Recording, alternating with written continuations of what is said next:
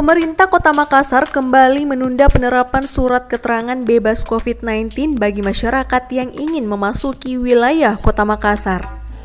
Sebelumnya, pemerintah Kota Makassar menjadwalkan uji coba pembatasan pergerakan orang keluar masuk Kota Makassar pada Kamis dan Jumat lalu.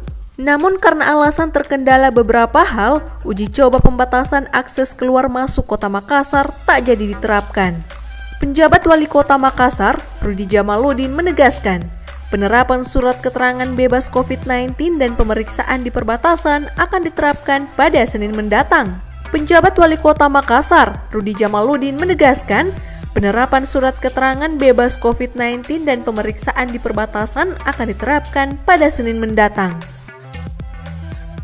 Rudi juga membeberkan alasan pembatalan uji coba pembatasan aktivitas masyarakat yang keluar masuk Kota Makassar yang rencananya akan diberlakukan pada hari Minggu karena adanya kunjungan Panglima TNI dan Kapolri di Makassar pada hari Jumat hingga hari ini, Sabtu 11 Mei 2020, sehingga mobilitas personil TNI Polri untuk dilaksanakan uji coba tersebut tidak fokus karena kedatangan Panglima TNI dan Polri. Enggak, sebenarnya kita udah siap ya. Kita udah siap, hanya ini kan tadi ada kunjungan Pak Panglima, Pak Kapolri ya, sehingga mobilisasi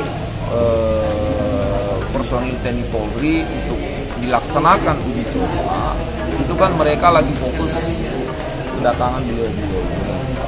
Nah, sehingga kita undur besok. Ya, besok itu uji coba.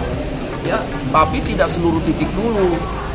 Ya, mungkin di titik-titik tertentu, mungkin kalau bahasa kerennya itu simulasi. Ya, jadi kita mensimulasikan kalau ini kita tahan orang, kira-kira antrinya banyak nggak ya? Nah, kita lihat, oh ternyata antri. Kalau begitu diapain supaya tidak banyak antri? Karena kita tidak ingin juga kegiatan pembatasan ini lantas menyusahkan orang. Ya, khususnya masalah antri. Kita sebisa mungkin masyarakat pokoknya sepanjang memenuhi syarat surat lengkap langsung jalan.